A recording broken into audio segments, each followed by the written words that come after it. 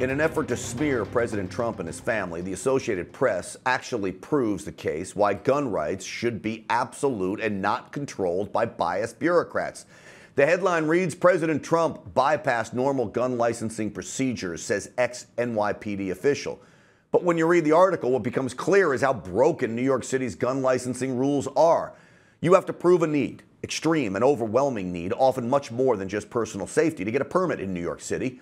A city bureaucrat then decides if your need is warranted and then makes a decision to grant you your right or not based off of their own bias, sidestepping the entire shall not be infringed portion of the Second Amendment. So what happens in systems like this?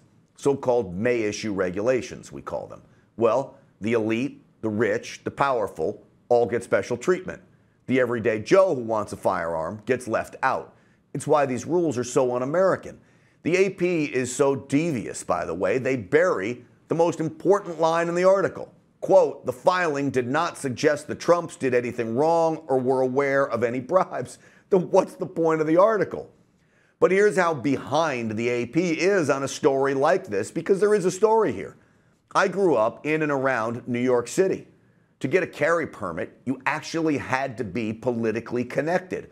I remember my grandfather being forced to go to a friend of his who was a federal judge to put in a good word for his pistol permit application. In the old days, the commissioner of police would actually sign your pistol permit himself. Of course, his friends and families were first on the list. That system shut out most New Yorkers. It was a sham and still is. The idea of may issue is offensive, and the Associated Press just unknowingly made a great case why may issue should be ruled unconstitutional.